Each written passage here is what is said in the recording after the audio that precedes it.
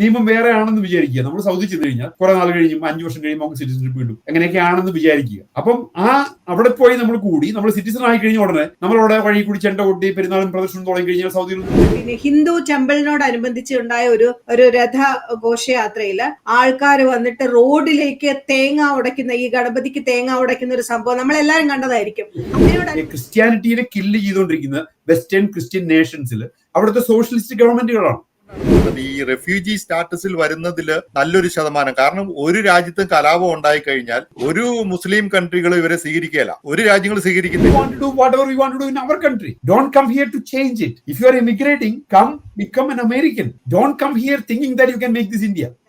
നമ്മൾ വന്നിരിക്കുന്ന രാജ്യത്തേക്ക് നമ്മൾ അഡാപ്റ്റ് ആകുക, എന്നിട്ട് നമ്മൾ ഇവരെ പോലെ ആയില്ലെങ്കിൽ പോലും നമ്മളുടെ കൾച്ചറും നമ്മളുടെ ആ ഒരു ബാക്കി എന്താ പറയാ, നമ്മളുടെ ലാംഗ്വേജ് ആയാലും നമ്മളുടെ സംസ്കാരം ആയാലും എല്ലാം നമ്മളിലേക്ക് ഒതുക്കുക, അത് കീപ്പ് ചെയ്യുക, അത് കളയാതിരിക്കുക, അത് കീപ്പ് ചെയ്യുക. എന്നിട്ട് ഇവിടെയായിട്ട് ഒന്ന് മിങ്കിൾ ചെയ്ത് അഡാപ്റ്റ് ചെയ്ത് ജീവിക്കാനായിട്ട് ശ്രമിക്കുക. അതാണ്